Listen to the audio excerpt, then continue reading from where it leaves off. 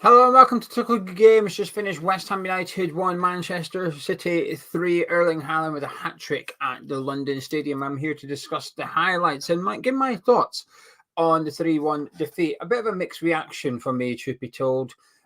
I'm not angry. I think there's an element of because you get what you were expecting. It sort of takes, there's no surprise element there or anything. I think that removes the anger factor.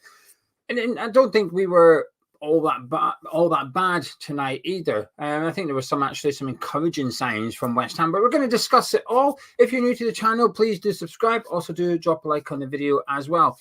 Now, I thought we came out of the traps quite quick, actually. The first 5 minutes or so, I thought we were on top. We were really taking the game to Manchester City. We were in their faces. I was really encouraged by what I seen in the first handful of minutes, actually. I knew we wouldn't be able to sustain it for a large period of time, but it was encouraging. The last thing I wanted to see immediately after kickoff was us conceding possession and retreating to the edge of our box, as what we might have done historically in games against the likes of Manchester City. So I was pleased with the attitude. However, after 10 minutes, it was 1-0 Man City. Paqueta and Emerson.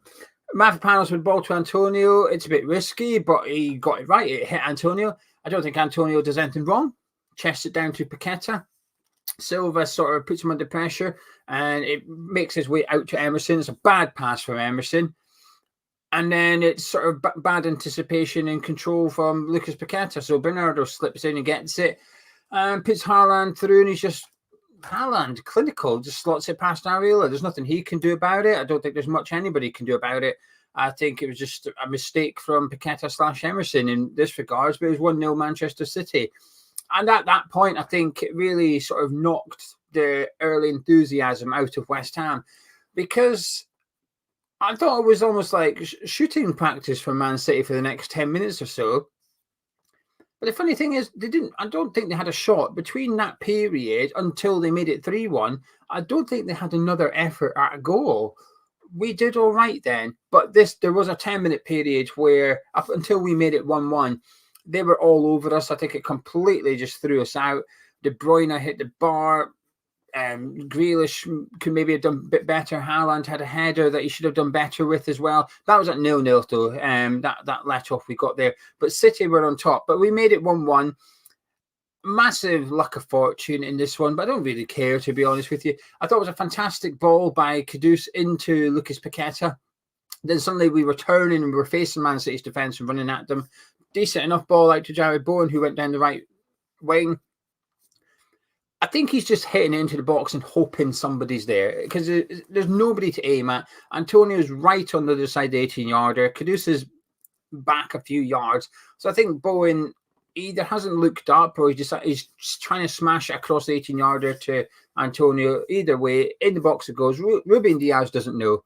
He's assuming someone's around him, tries to defend it. Into the back of the net it goes. Fantastic cross by Bowen if somebody was there, but those are the ones centre-backs don't like dealing with. Centre-backs don't like dealing with crosses whilst facing their own goal. It's the corridor of horrors, if you like, and 1-1 West Ham. And I think it really gave us a boost of confidence. After that, I felt like we had this surge of energy and confidence, and we started to go again against Man City. But there was a lot of individual errors in our part, and Manchester City should have possibly scored another one. And then they did after half an hour. This time, it's just...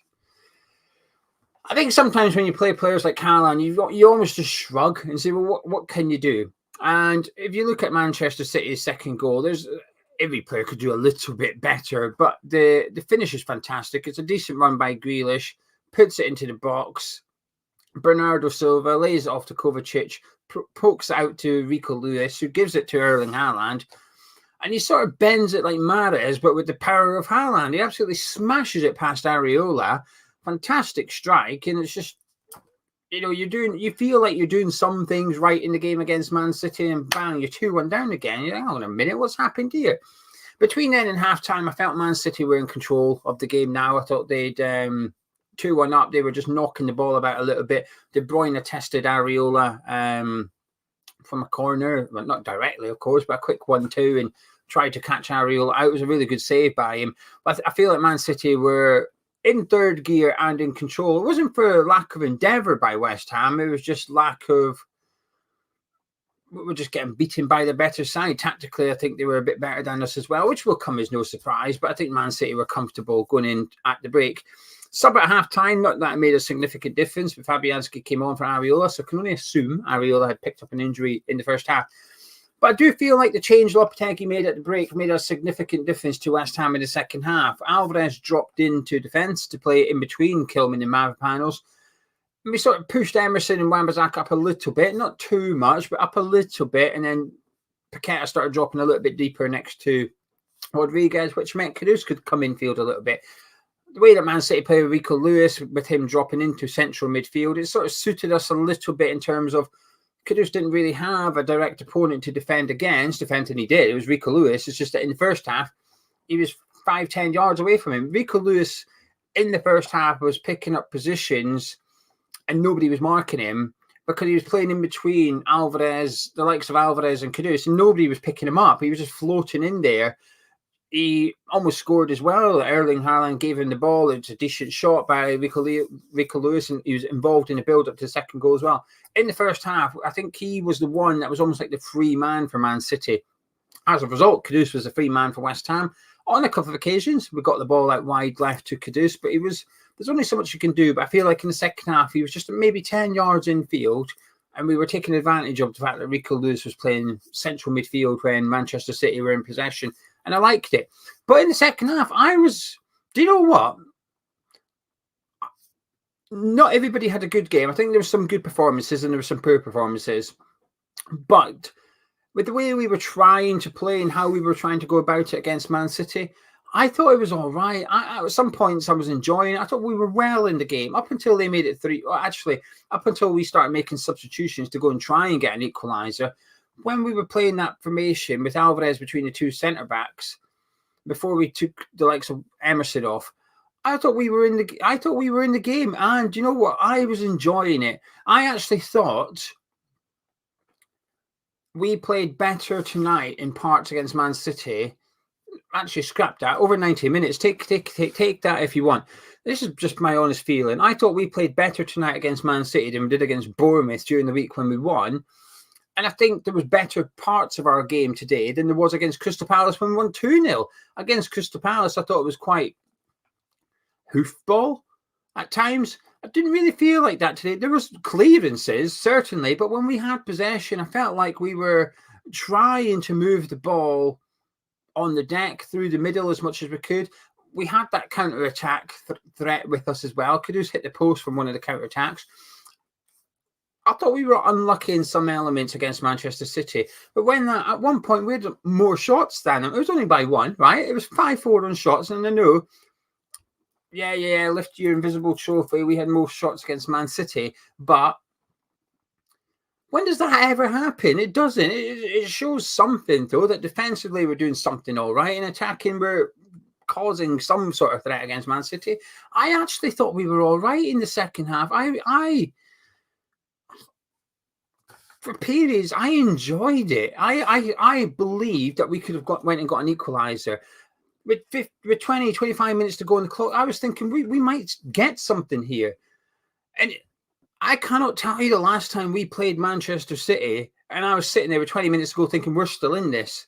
Usually after 20 minutes, I'm thinking, we're out of it. Now I know there's games we beat Man City, etc. But you get my point. Usually when we played the top 6, we can be a little bit white flaggish. I didn't feel like that today. I felt like we believed in ourselves and we were trying to get something out of the game. And the tactical switch at halftime, I liked it. I thought it made a significant difference. And in the end, Pep started doing his changes by taking Doku off, putting Gundogan on. He started to trying to make changes to accommodate what Lopetegui had done.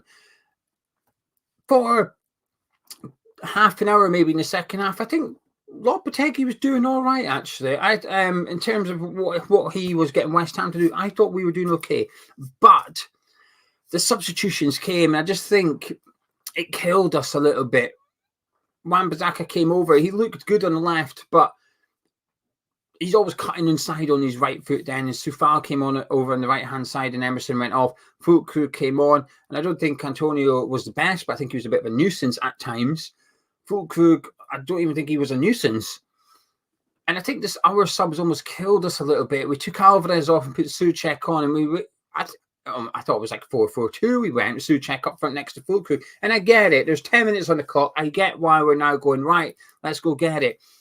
But that last 10 minutes, it was all Man City. And I know Somerville hit the post right at the death there, but it wouldn't have made much difference. And Man City didn't make it 3-1 in that period as well. Mavropanos, he gambles. He absolutely gambles, runs after the ball, and he's a couple of seconds late. So by the time he gets there, the ball shifted past him and he's out the game. And as soon as he's out the game, we've got a massive problem. Kilman finds himself in no man's land because now we've gone from 3 centre-backs to 1 centre-back pretty quickly. So he's had to take a step to the right to try and help plug the hole that's been left vacant by Mavropanos. As a result, Haaland steps the opposite direction and gives himself a few yards between him and Max Kilman. Fantastic ball in. His run's timed perfect. His run has been timed to perfection. And I know we can do the still frame, say Wan-Bissaka's kept him on side. I ain't criticising Wan-Bissaka for that. I'm sorry, but yes, Kilman steps up, but Wan-Bissaka doesn't know Kilman's the way to step up. He's busting his ass to get back and cover for Mavropanos as well. Mavropanos took a risk. It didn't work out, and I think the rest of them just did what they could to try and prevent that goal. However, it's the most clinical striker in world football gets played through and goal. Not only is he clinical, he's incredibly strong and incredibly fast as well. There's little you can do in that situation. Mavropanos sort of caused it. The rest of them, I don't think. And Rodriguez, bless him, is busting an ass to get back. He's never catching Haaland. Through and goal, bang, 3-1. And that's it. After 83 minutes, it was game, set, and match. But it was a bit sucker punchy. As soon as that goal went in, it was game over at that point.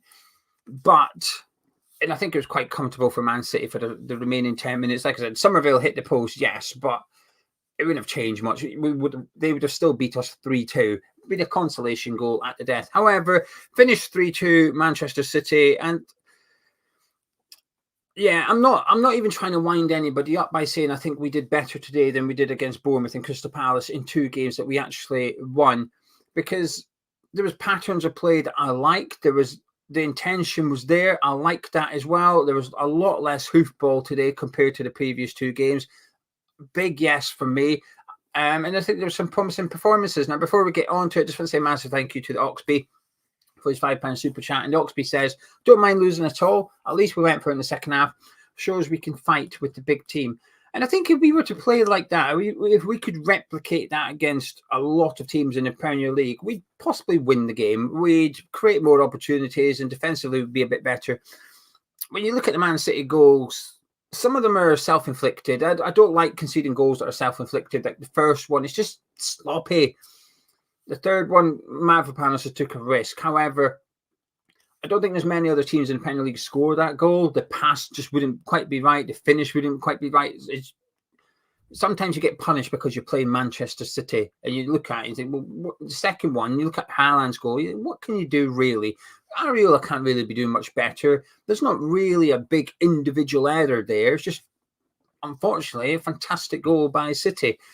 But there was positives. While I was feeling okay, quite positive about how we played, I thought there's some positive performances today. Wan-Bissaka continues to look fantastic. I think the first 15 minutes, I think him and Grealish were causing him a bit of problems. Him and Grealish. De Bruyne and Grealish were causing him a bit of issue because Grealish kept coming in field and then De Bruyne would go out on the left wing and Wan-Bissaka was stuck between the two. But I think he figured it out pretty quickly and I thought he had another good game. I think Kilman was another strong game from Kilman as well. I'm not going to criticise him for the third goal because, like I said, his partner goes bombing out of defence and he moves over. Fantastic. That block from Max Kilman from Manchester City's corner, and then unbelievable block on the edge of the 6-yard box. And Paqueta does really well then. That's what creates the counter-attack, which Kudus then hit the post from. But in terms of Lucas Paqueta, it's just another frustrating performance from him. I thought he looked busy. He looked busier than usual, and he was working hard. But I just don't think... Not good enough for me today, Lucas Paqueta. I don't think he was good enough. Frustrating, really frustrating, because I thought Kudus looked really good today. I thought he was really up for it, but I just feel like he's so restricted, and there's possibly an element of confirmation bias here. So if you're listening thinking you're talking nonsense, not that you've probably been thinking the whole video, but if at this point you're definitely thinking it, and apologies, because maybe I am, because I am incredibly biased here. I just think Kudus is really restricted out on that left-hand side, and there were times today where he looked really good and threatening, but I thought most of it was when he was in the centre of the pitch. When you look at Bowen's goal, he starts the move. Kudus starts the move. Wan-Bissaka gives it to him.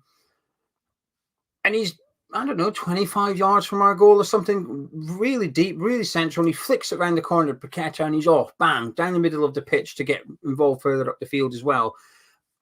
I like Kudus, but just get him off that left-hand side. For the love of God, I think we've got a sensational talent, but he's just unable to be sensational while he's playing out on that left-hand side. And I just find it really frustrating. And I think the team worked hard today. I think every player out there tried. I'm not faulting their work rate. I'm just faulting with some of them. I don't think the performances were up to it. It's a little bit frustrating because when you play City, everybody has to be at it. If 2 or 3 of your players aren't on it on the day, you're going to get punished. Against other sides, you'll get away with that. Like Bournemouth on Wednesday, half our team didn't even turn up on Wednesday, but it was still enough to scrape a win in the end. Against Crystal Palace, I don't think all 11 players were fantastic, but it was enough to beat Crystal Palace. Today, everybody has to play their part, otherwise you're going to get done. I think the subs were really ineffective, and that's a big disappointment for me. And I'm not blaming Lopetegui for this per se. I haven't really considered if I think it was the right subs or not, but they didn't work. Fuku come on, didn't really do anything. Souček come on, didn't really do anything. Alvarez went off and we got worse. Emerson went off. Not really much change, in fairness. That was a bit of a vanilla sub, if you like. Soufal come on and contributed a bit down there, and Wan-Bissaka contributed a bit down the left-hand side. But I don't think we got any worse. I just don't think we improved either with those substitutions. Then obviously the Fabianski one, I imagine, was forced. He was all right. Maybe slow at distributing 1 or 2 times when he ran to the edge of the box, and there's the potential for a counter-attack, but he didn't release the ball, and you could hear the groans from the people at the ground when he does that. So that's the bit of a frustration there. Anyway, I'm going to shut up and disappear, but thank you very much for joining me. Before you head off and I head off, I'll be live at 9 a.m. tomorrow, Sunday morning, 9 a.m. I'll be live to discuss the game with people in the live chat. So if you're kicking around at 9 a.m. on Sundays, and please do come and join me for the live chat. The more people, the better, because I take all your comments throughout the show. I say it's your show. I'm also the host and clicking the buttons, but it's half the show's your comments. So please do come get involved. But if you've enjoyed this review, do click on the thumbs up and drop a like on it before you disappear. Subscribe in your Ham's chat, and I'll catch you tomorrow morning.